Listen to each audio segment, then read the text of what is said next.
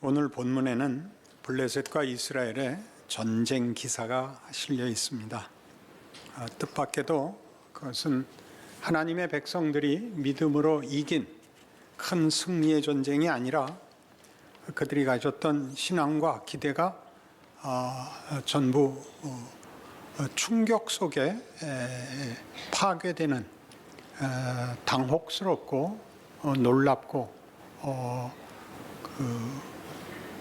이스라엘 백성 자신들의 정체성과 그들의 신앙의 뿌리를 흔드는 사건이었습니다. 블레셋과의 전쟁에서 지고 처음 4,000명의 사상자가 나고 하나님을 모셔와서 하나님과 함께 이 전쟁을 수행해야겠다 해서 법궤를 모셔오고 다시 사기 충천해서 또 블레셋은 당연히 이스라엘의 사기 진작이 그 신의 임재에 있다는 사실을 알고 놀라고 긴장하고 힘을 다해 맞섰는데 뜻밖에도 이스라엘이 더 큰 패배를 당하여 3만 명의 사상자를 내는 그런 충격적인 패배를 당합니다. 전쟁의 패배보다 더 컸던 충격은 법궤를 빼앗긴 사건입니다. 당연히 이스라엘 백성들로서는 이 일이 군사적 패배의 문제이기보다 더 크게 그들의 지위, 신분, 그것을 가능케 했던 하나님에 대한 이해에 커다란 붕괴를 가져옵니다. 하나님의 임재를 어떻게 확인할 수 있는가? 하나님은 현실성이 있으신가? 그리고 이 두 가지가 다 확인할 수 없는,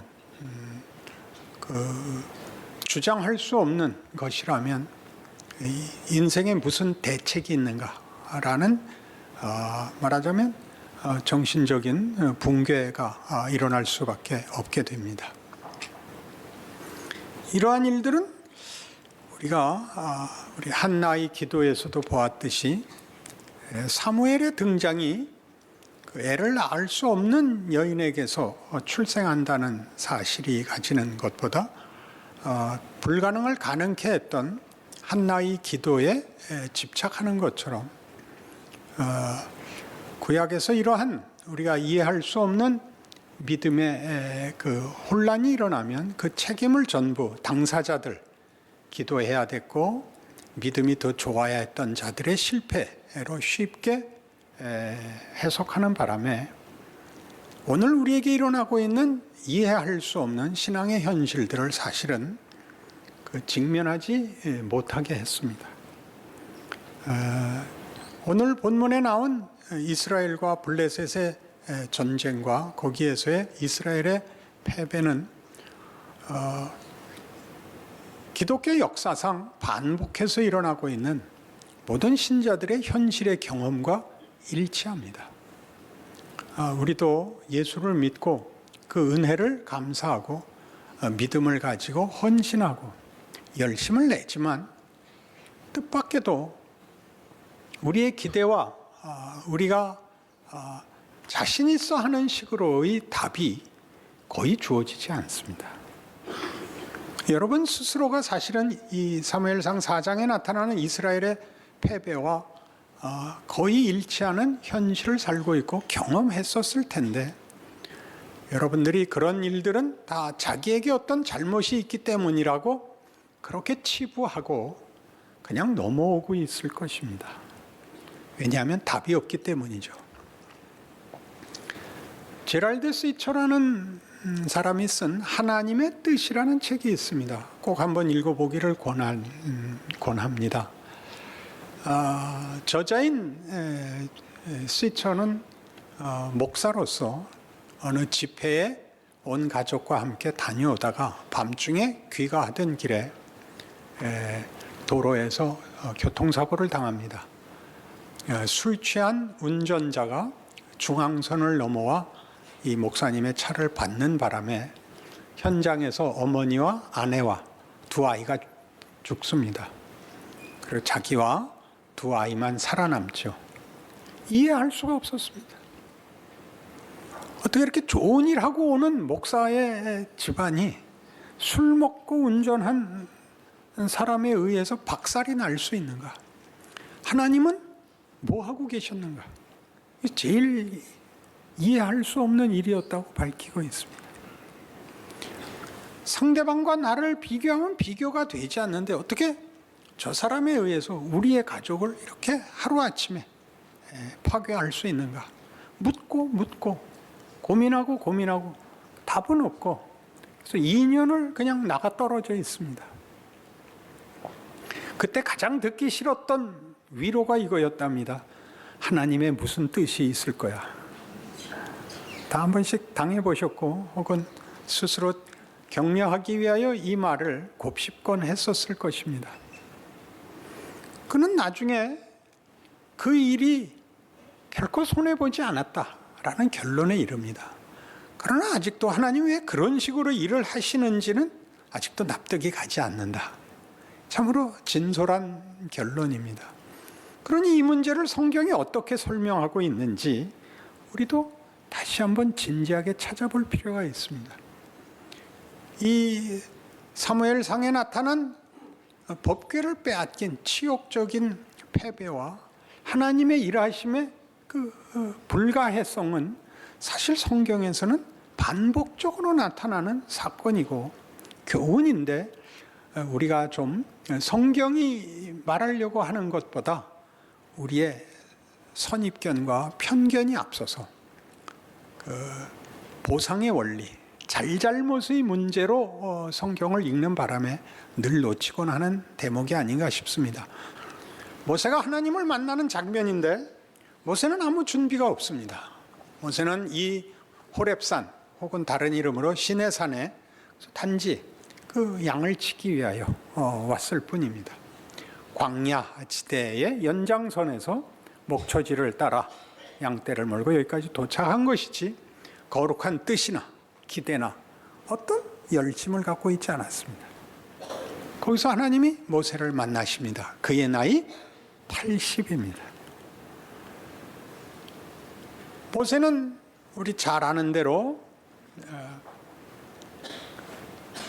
이스라엘이 애굽의 노예로 살던 말년에 태어났고, 그때 이스라엘의 인구가 늘고 세력이 커지는 것을 두려워하여 애를 낳았을 때 남자아이면 죽이라는 살벌한 그 명령이 시행되던 때에 태어나서 어머니의 기지로 나일강에 버려지고 바로의 공주가 그를 주소 바로의 궁에서 왕자로 큽니다. 그러나 40세에 그가 자신이 애굽인이 아니라 히브리 민족이라는 사실을 깨닫고 자기 나라와 백성을 위하여 분연히 일어났다가 하나님이 응답하시지 않아서 저 애굽관을 하나 때려 죽인 것으로 그냥 하나의 사건에 불과한 자그마한 사고를 저지른 것으로 광야로 도피하게 됩니다. 거기서 아내를 얻고 이제 가정을 꾸리고 꿈을 접고 40년이나 지나서 80세 아무런 낙도, 후회도, 기억도 사라진 때 하나님이 그를 맞으십니다. 떨기나무라는 것은 여기 그냥 광야에 있는 별 볼 일 없는 작은 나무입니다. 거기 불이 붙었는데 나무가 타서 불이 붙은 게 아니라 나무는 그대로 있고 불이 붙어 있는 것입니다. 신기하죠. 연료가 없이 불이 붙고 있는 것입니다. 가까이 가자 하나님의 음성이 들립니다. 모세야 모세야, 네 발의 신을 벗어라. 네가 선 것은 거룩한 땅이니라. 나는 너희 조상의 하나님, 아브라함의 하나님, 이삭의 하나님, 야곱의 하나님이라. 내 백성이 애굽에서 고생하는 것을 내가 알고 있다. 내가 너를 보내 내 백성을 구하여 젖과 꿀이 흐르는 가나안 땅에 보내려고 한다. 모세가 이 하나님의 음성을 듣고 놀라고 두려워하고 그 약속과 명령에 당황합니다. 뭘 당황했을까요? 이 큰 약속, 이 큰 위임, 이 과정이 비어 있지 않습니까? 40세에 그가 분발했을 때, 그가 일어섰을 때는 침묵하시다가 40년이라는 긴 시간을 말라 죽게 해놓고서 이제 와서 새삼스럽게 그는 이 불연속을 이해할 수가 없는 것입니다. 그러나 바로 거기에 하나님이 이렇게 나타나시는 장면만으로도 충분히 답을 하시죠. 너는 내 에너지를 태워 불을 지피려고 하고 있지. 나는 그런 건 상관없어. 이안 토마스라는 분이 쓴 출애굽기에 관한 아주 중요한 책이 있는데 제목을 잊었습니다. 이 처음 모세가 부름을 받는 챕터의 제목이 어느 떨기나무라도 좋다입니다. 그 챕터 제목입니다. 왜냐하면 떨기나무가 좋아서 불이 붙거나 유지되는 것이 아니라 불은 아무데나 하나님이 지필 수 있는 것입니다. 어느 떨기나무라도 좋다. 그 모세에게 이미 답을 하신 것입니다. 내 정력, 내 기대, 비전, 믿음 이런 것으로 이 불이 생기는 것 아니다. 유지되는 것 아니다. 그건 내가 한다. 너는 가라. 이렇게 돼 있죠. 그리고 여기도 중요하게 모세의 생애에서는 이스라엘의 패배와 같이 모세는 자신의 기대와 소원에서 모든 것이 다 패배된 사람으로 등장을 합니다. 하나도 그의 기대대로 된 것이 없고 뜻밖의 약속과 뜻밖의 사명으로 부름을 받습니다. 그럼 여태껏의 40년은 뭡니까? 중요한 질문이 됐죠. 반발합니다. 그 다음 절을 보실까요? 참으로 놀라운 답입니다. 질문은 우리가 충분히 이해할 수 있습니다. 제가 무엇이기에 어떤 실력과 어떤 자격이 있기에 이 일을 할 수 있습니까?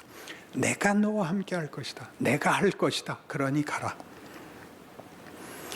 내가 선 것이 거룩한 땅이 되는 것 같이 내가 온 것이 성산, 신의 산. 나중에 이 산에 와서 너희가 나를 섬길 것이라. 이 아무것도 없는 산, 황야에 있는 그냥 아무것도 아닌 산에 목초지를 찾아 따라 들어온 산이 성산이 될 것이다. 네가 선 자리가 거룩한 땅이 될 것이다. 왜? 내가 하나님이니까.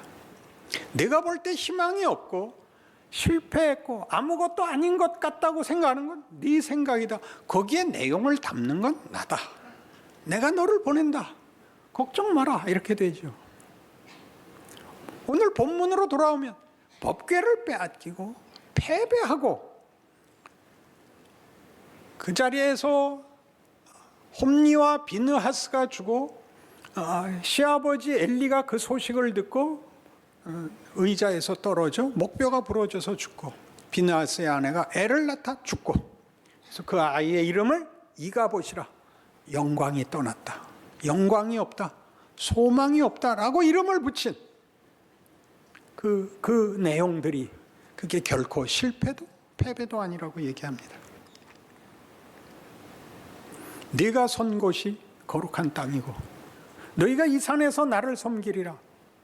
어떤 성산을 만들어 성산이 있어 찾아가는 그런 성산이 아니라 우리가 선 산, 황야, 황무지, 벌거숭이, 내가 선 곳, 내가 그저 갈 곳 없어 이리저리 걸어온 자리가 거룩한 땅이 되는 이 일을 하나님이 하실 것입니다.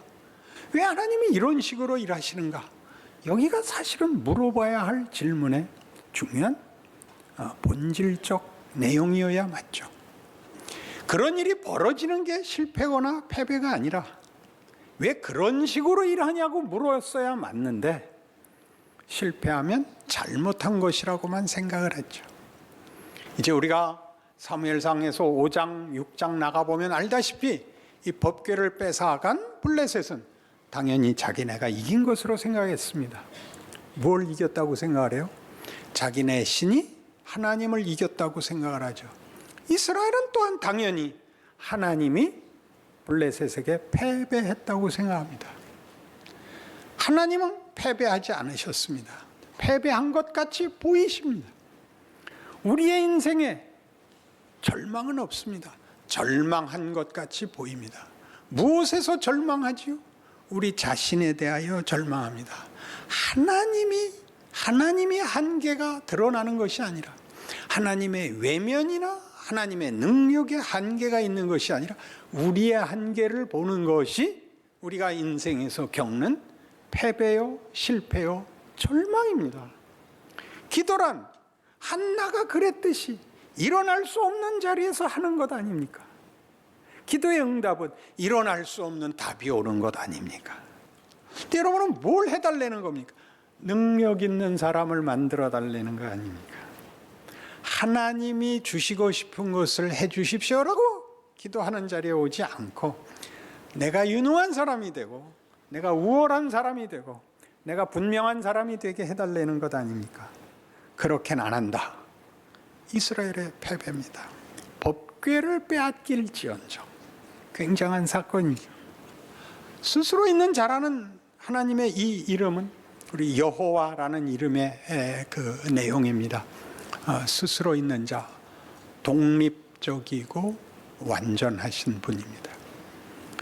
하나님이시기를 외부적 조건에 의해서 방해받지도 도움을 받을 필요도 없는 분, 하나님이기를 중단하실 수 없는 분.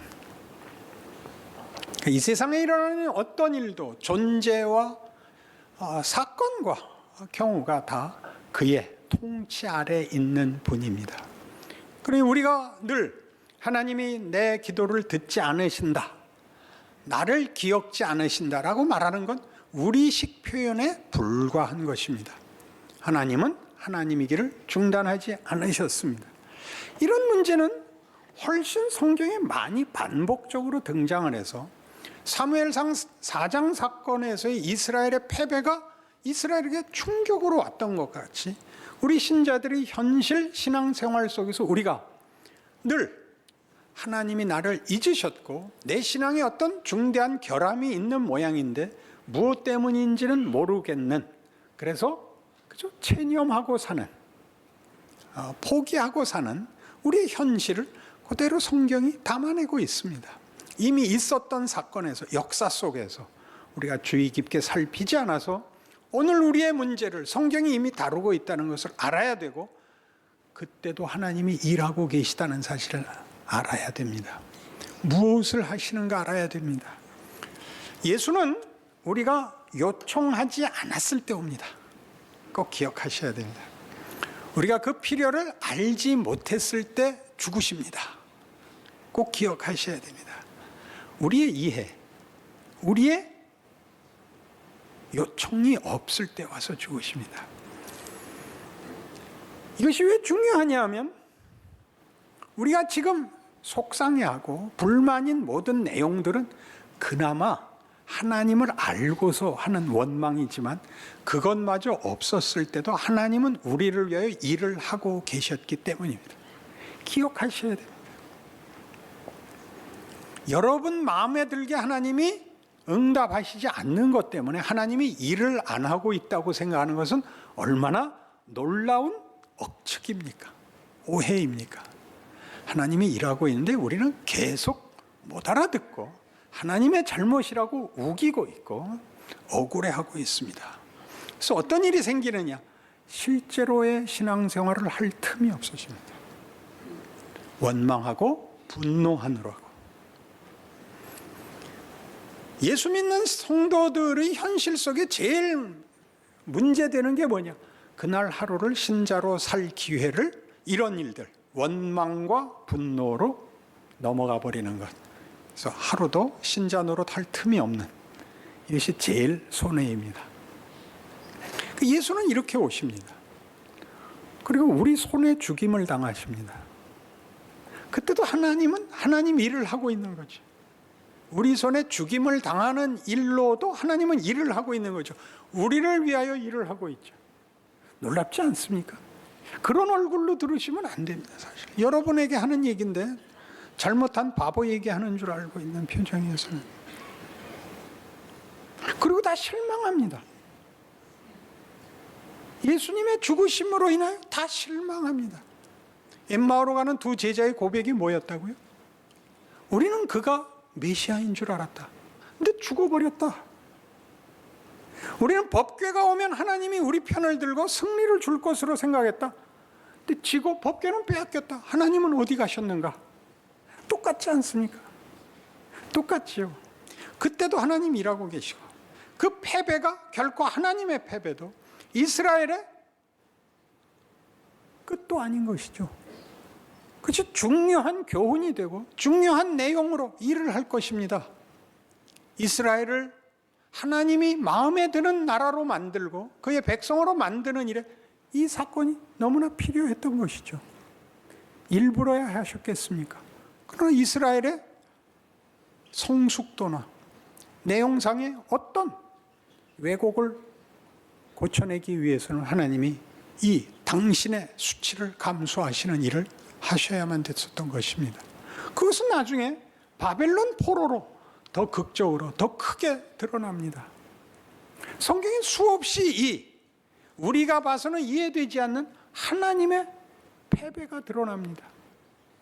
우리를 위하여 패배를 감수하시는, 아니 죽음을 감수하시는 하나님이라고 성경이 그토록 얘기하는데 우리는 알아듣지 못해서 우리 인생에서의 어떤 불만들을 전부 하나님의 패배, 어떤 신앙의 실패라고만 생각을 하지, 그것이 하나님이 일하시는 방법 중에 하나, 가장 중요한 내용을 담는 방법 중에 하나라고는 깨닫지 못합니다. 제자도도 이렇게 되어 있지 않나요? 마태복음 16장 24절이 뭐죠? 아무든지 나를 따라오려거든 자기를 부인하고 자기 십자가를 지고 나를 쫓을 것이니라. 그것을 이런 말로 대치해버렸죠. 윤리적, 도덕적, 종교적 단어들로 헌신, 충성이라는 단어가 되는 바람에 의지의 싸움이 됐지, 하나님이 이런 식 우리가 볼 때는 말이 안 되는 패배, 수치, 절망, 죽음이라는 방법을 즐겨 쓰신다는 데 대해서 우리는 이해가 없습니다. 그러니까 무슨 어려운 일이 생기면 입을 다물어 버리는. 다 이제 여러분 주일날 오셔서 자기 얼굴 못 보고 가시니까 목사 얼굴만 보고 가니까 모르시는데 여러분 표정이 좋지 않습니다. 들을 마음이 없습니다. 그건 뭐 진심이 없는 게 아니라 무슨 말로도 지금의 내 처지가 시원해질 수 없다고 이렇게 각오하고 와 있습니다. 여러분의 지금 얼굴과 그 심정이 현실입니다. 그게 하나님이 일하시는, 지금 일하시는 역사요 진실입니다. 현실입니다. 거기서 신앙생활을 하는 겁니다. 마구간에 예수님이 태어나시듯이, 처연녀의 몸에서 나시듯이, 그게 무슨 그때 굉장한 일이었겠습니까? 욕먹는 일이었죠. 예수 어머니는 평생 그 욕을 먹었겠죠. 저거 지 자식 아니야. 그 욕 먹었겠죠. 그 속에서 목수의 아들로 그렇게 죽어가는 길로 그가 무슨 영광을 받으셨겠습니까? 이사야 53장을 다시 기억해 보십시오. 우리의 전한 것을 누가 믿었냐? 여호와의 팔이 네게 나타났느냐? 그는 자라나기를 연한 줄 같고 마른 땅에서 나온 줄기 같아서 고운 모양도 없고 풍채도 없은지 우리의 보기에 흠모할 만한 아름다운 것이 없었더라입니다. 우리 인생이 그렇죠. 거기에 담는 겁니다.